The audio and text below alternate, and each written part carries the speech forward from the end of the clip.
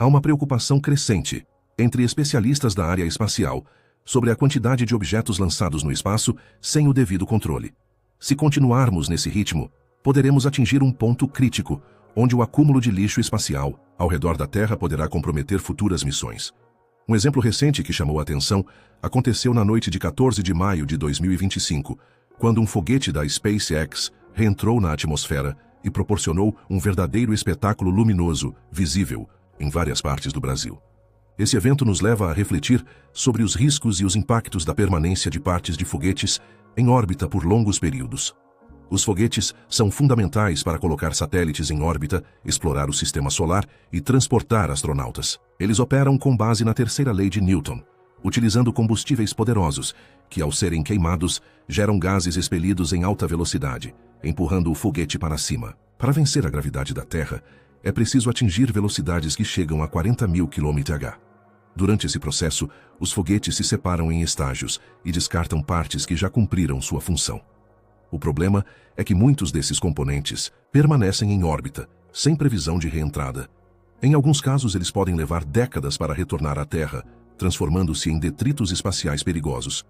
Esse lixo espacial representa uma ameaça cada vez maior, já que pode colidir com satélites em funcionamento e espaçonaves tripuladas. A situação pode se agravar com o chamado efeito Kessler, em que as colisões entre fragmentos aumentam a quantidade de detritos, gerando ainda mais impactos.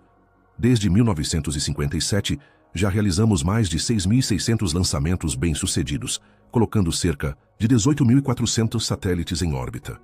Atualmente, estima-se que 12.500 ainda estejam lá, junto com mais de 36.000 objetos catalogados, segundo dados de 2024 da Agência Espacial Europeia. O peso total desses objetos ultrapassa 12.000 toneladas.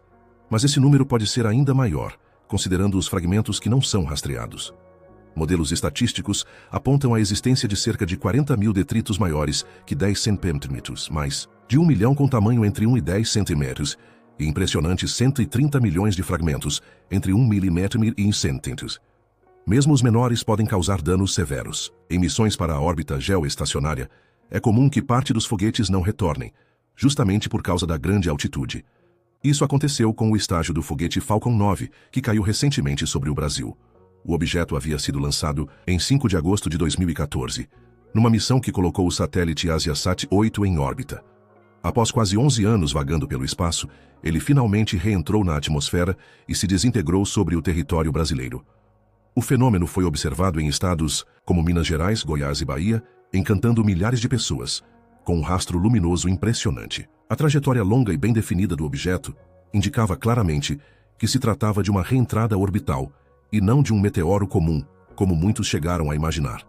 Um dos registros mais marcantes foi feito por uma câmera do projeto Mistérios, do espaço, localizada a cerca de 600 quilômetros do local da reentrada, que conseguiu capturar toda a trajetória do objeto com detalhes surpreendentes, inclusive os momentos em que ele se fragmentou no céu.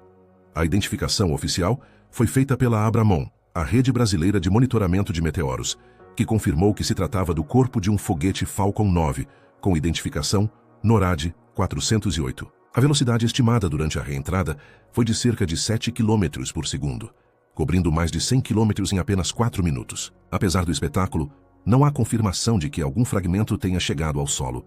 Caso algum pedaço tenha resistido à reentrada, provavelmente caiu no Oceano Atlântico, longe de áreas habitadas. Eventos como esse mostram a importância de monitorar de forma responsável os objetos deixados em órbita e repensar como lidamos com o lixo espacial.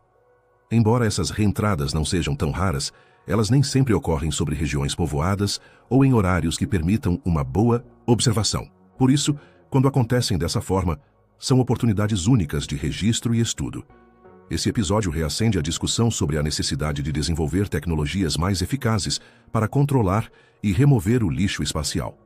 Com o número de satélites crescendo rapidamente, impulsionado por empresas privadas como a própria SpaceX, esse desafio precisa ser enfrentado com seriedade.